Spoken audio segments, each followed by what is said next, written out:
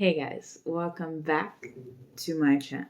So today we're basically going to be talking about nostalgia.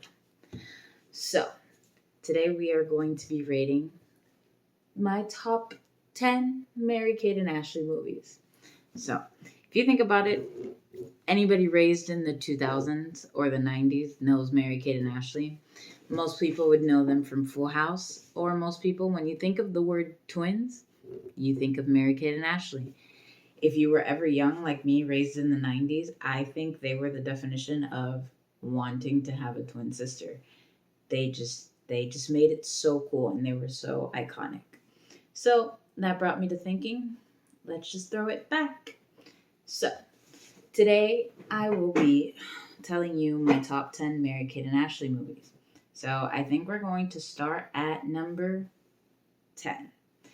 So number 10, when I think of my 10 favorite Mary-Kate and Ashley movies I can watch, I would say this is probably the last one because I think it's the last time we saw them on TV together.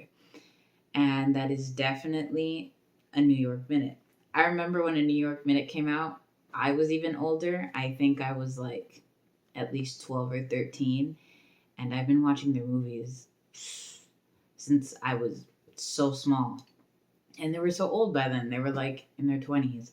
And it's like, wow, time really flew by. So when I think of A New York Minute, it's kind of like it has a good and a bad. It was great to see the twins back together on TV doing what they did best. But it was sad because you knew it was their last movie together.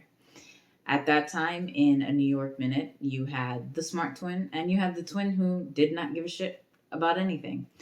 So basically, they wanted to separate from each other and they had their own lives. And you could see the dynamic of how they both have different things going on. One was over everything and literally didn't care, while the other was just trying to be a modeled student. So I'm going to rate that number 10 because it is definitely a memorable movie. I don't think it was their best, but it was iconic because it was the last time you saw Mary-Kate and Ashley on TV together at the same time. So that was A New York Minute.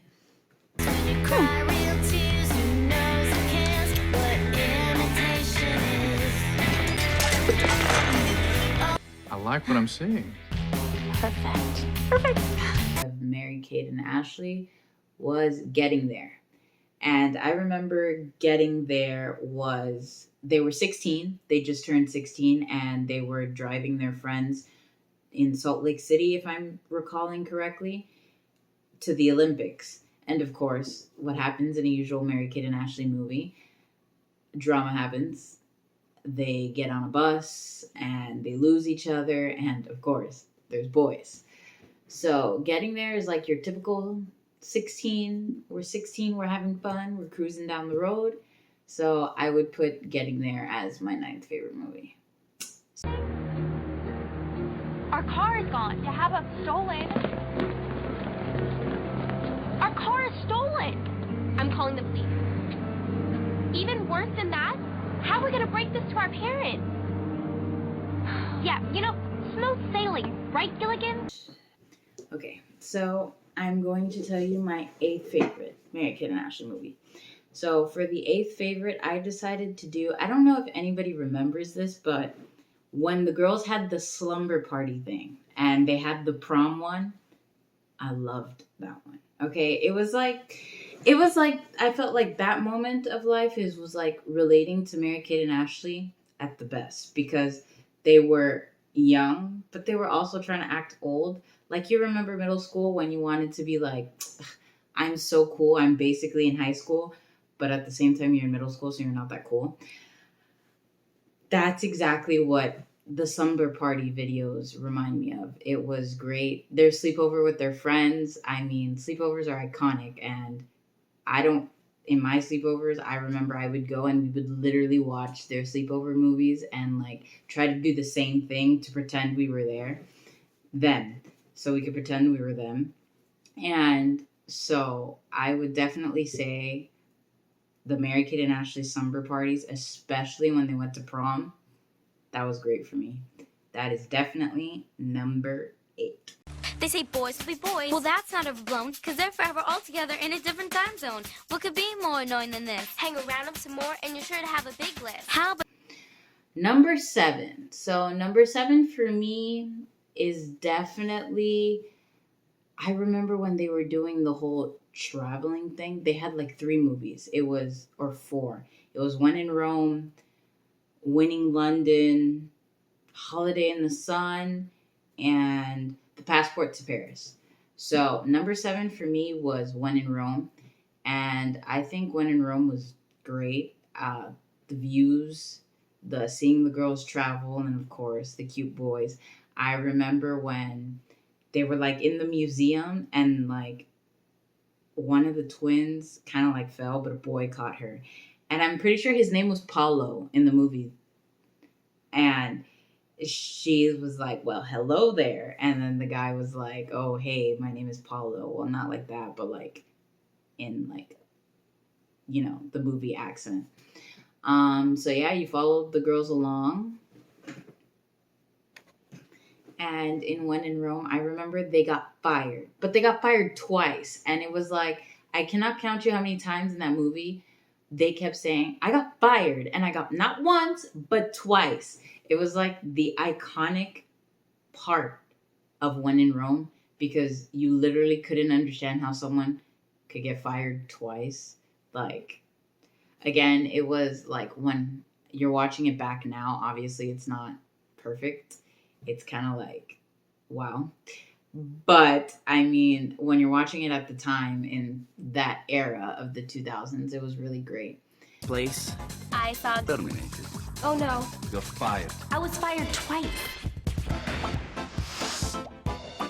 Okay, my next favorite for number 6, I would say it would have to be Winning London.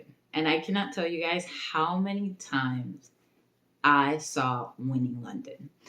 It was like, it was iconic with the cute boys. So the girls are, well, one of the sisters is a part of Model UN, while the other one is a part of just being cool and being popular and not into the smarts or whatever.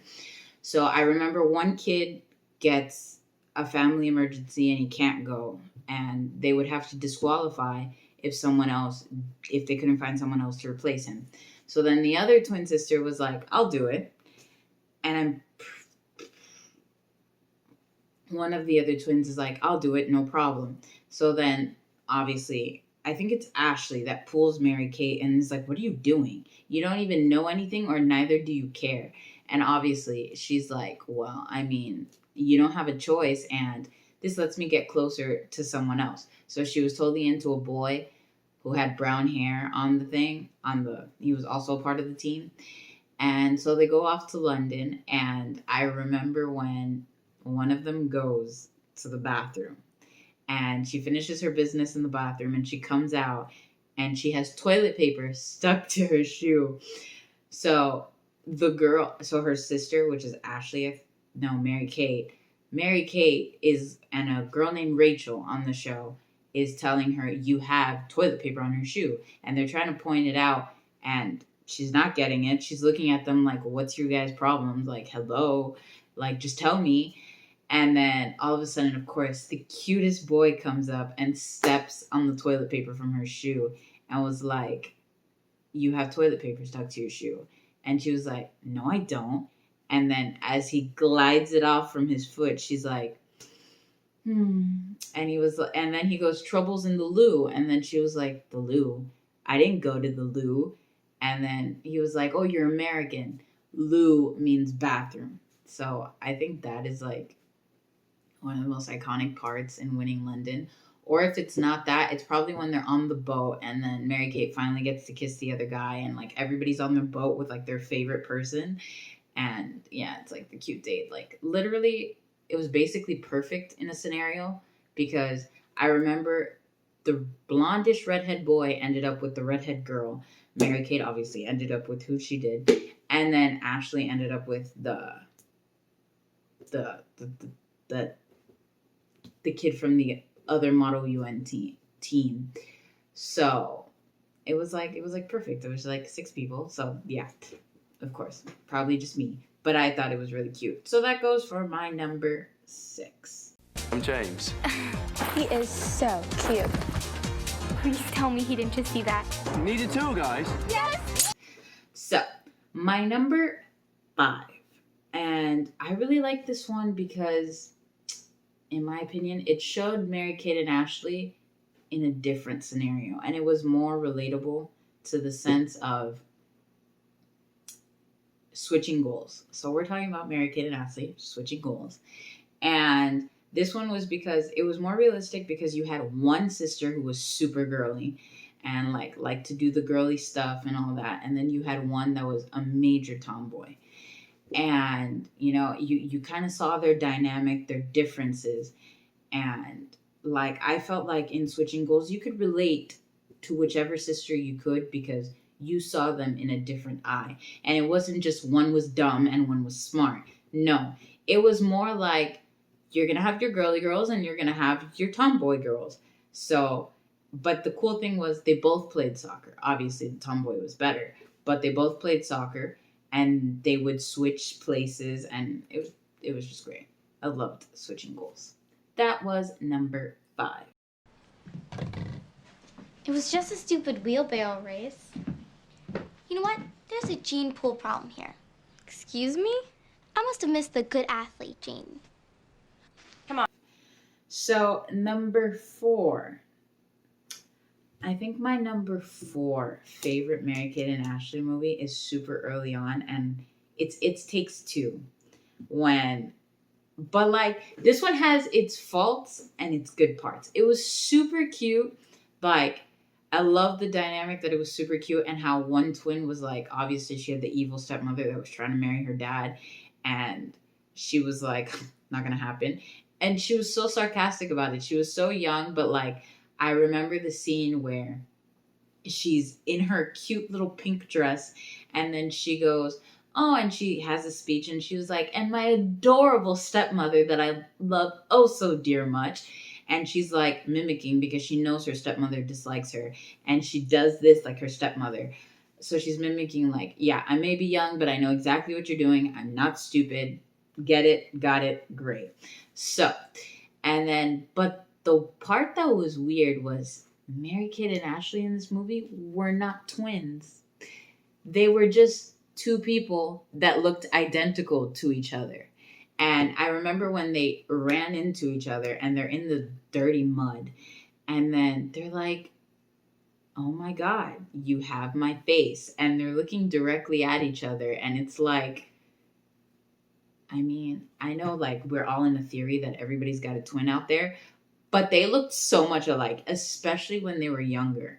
It's like, no, I mean, other than being twins, like, but you know, I feel like they couldn't really copy it because of the Parent Trap. Technically, when you think of It Takes Two, you just think of a different version of the Parent Trap. So they kind of like spirited away because you know how Annie and Allie in the Parent Trap, they discovered they were twins and their parents, blah, blah, blah, and all that. This one was more of like, no, we're not twins. We just have identical faces.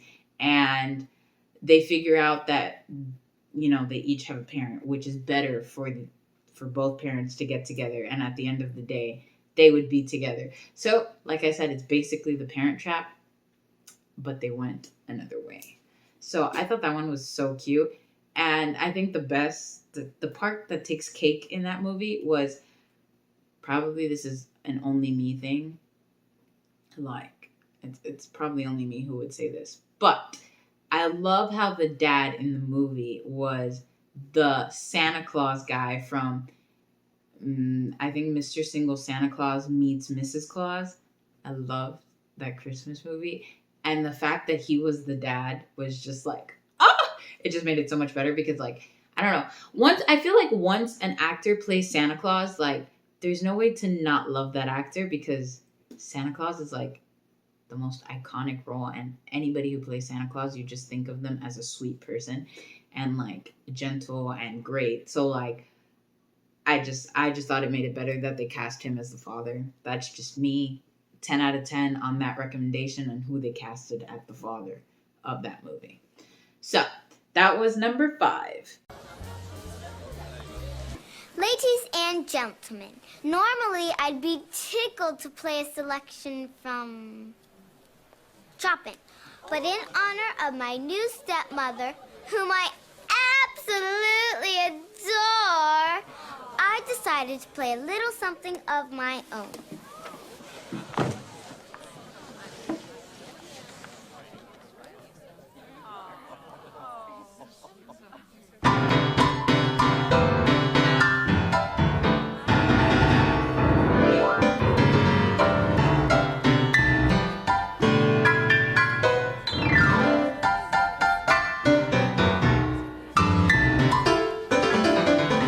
You think maybe my daughter's asking for a little attention? I'd say she's demanding it. So now we are on to number 4. Number 4. I think this movie comes in a number 4 for me, but it could just be me, is Our Lips Are Sealed. Now, it's where the girls witness, I think, a robbery and someone gets hurt.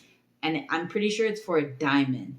And so them and their whole family have to go under the witness protection program, and they move to like different states. Like they go to Texas, and I know they end up in Australia. And it's like they tried different states and different places because every time they would enter a new school or they would say something, they would talk about the robbery, and then they have to like, boom, ship them again. And you would just see the airplane fly through the map to ship them to the next state over. So, yeah.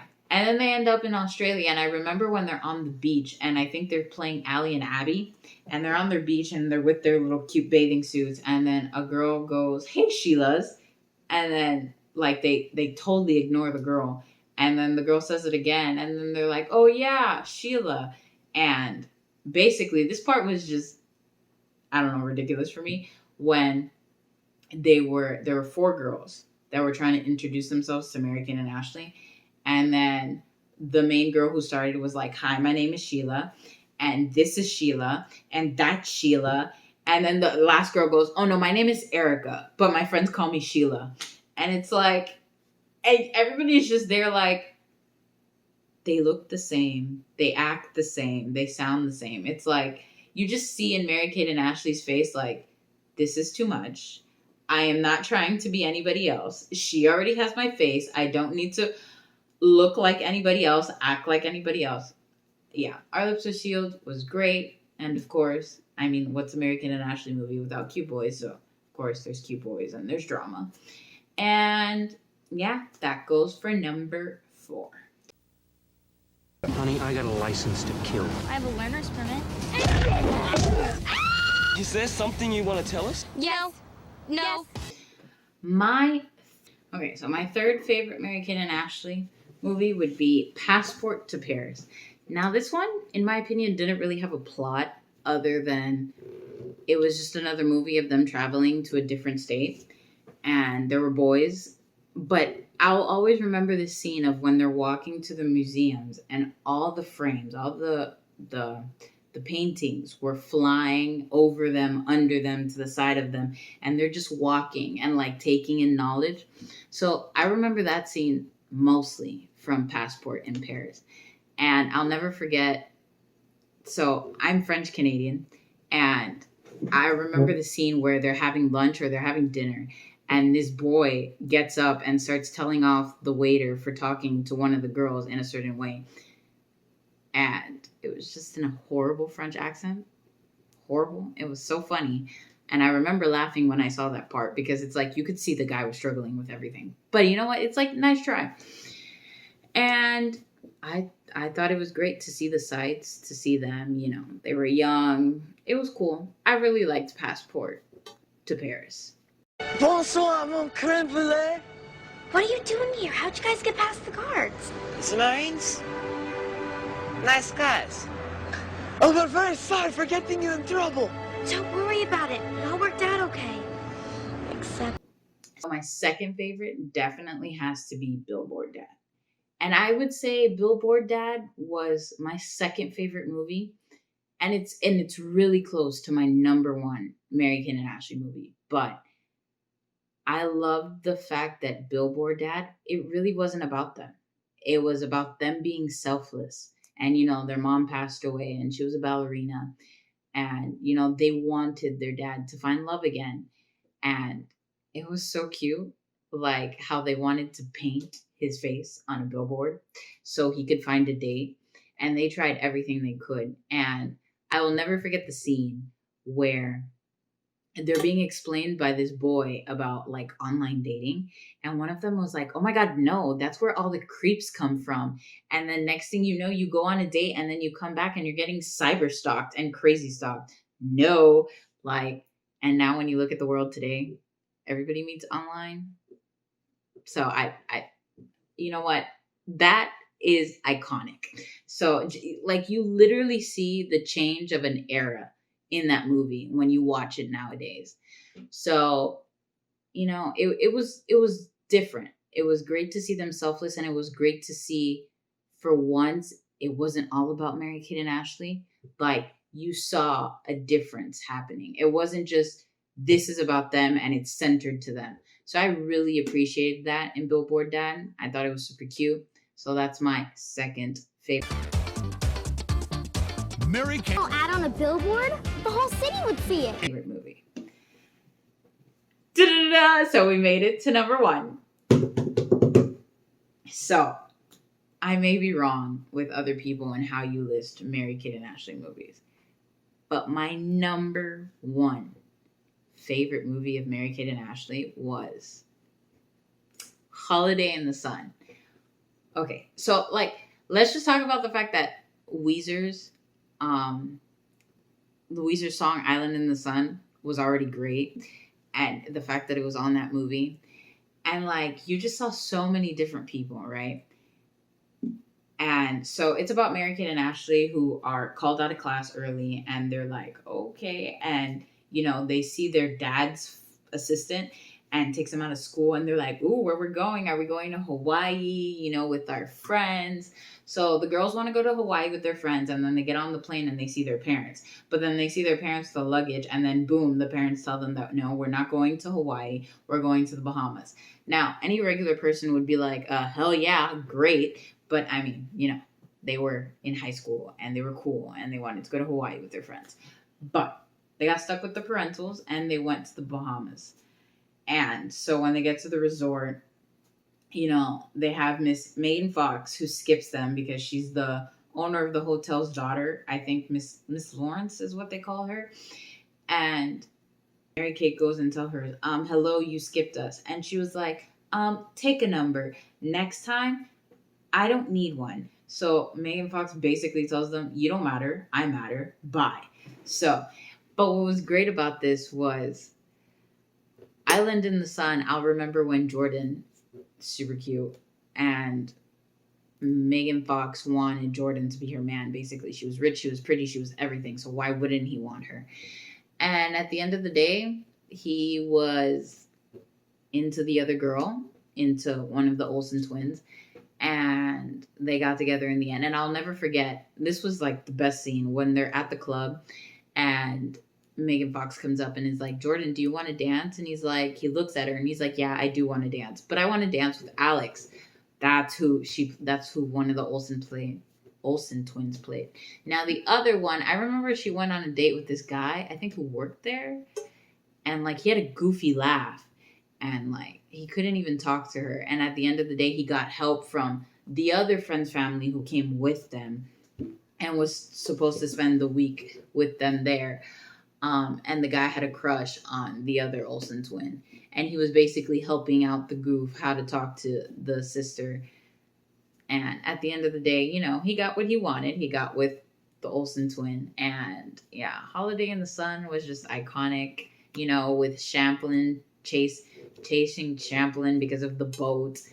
And yeah, it was just super cute. At the end of the day, it was basically showing you that you can have fun with your family. You don't need to be alone. So I would say Holiday in the Sun. Number 1, Holiday in the Sun. Excuse me. Oh, were you in line? Brianna Wallace. Messages, please. Certainly, Miss Wallace. And how is your father today? In the casino. Wondering why this is taking so long? I'm sorry. Thank you. And thank you. Next time, take a number. Welcome to Atlantis. Yes. So those are my top 10 Mary-Kate and Ashley favorite movies. I hope you enjoyed this video. I hope you enjoyed my little clips of each video that I inserted. And comment below which are your favorite Mary-Kate and Ashley movies. And did you watch them younger or did you watch them when you were older? Let me know in the comments below. Well, have a great night, guys. Thanks for hanging out. Bye.